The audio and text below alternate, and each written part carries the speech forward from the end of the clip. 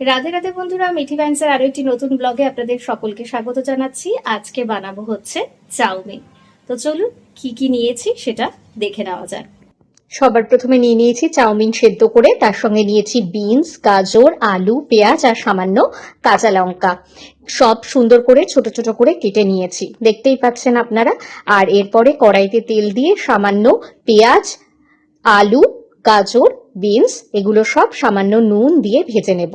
তো কেমন লাগছে ব্লগগুলো অবশ্যই কমেন্ট করে জানাতে কিন্তু ভুলবেন না। ভালো করে লাল লাল করে ভাজা হয়ে যাওয়ার পরে তার মধ্যে দিয়ে দেব হচ্ছে যে সেদ্ধ করে রাখা চাউমিন রয়েছে সেগুলো, আর তার সাথে বাদামও মিক্স করে নিয়েছি। ব্যাস রেডি হয়ে গেছে ঘরোয়া চাউমিন, যেরকম ছোটবেলায় স্কুলে খেতাম আমরা, ঠিক সেরকম।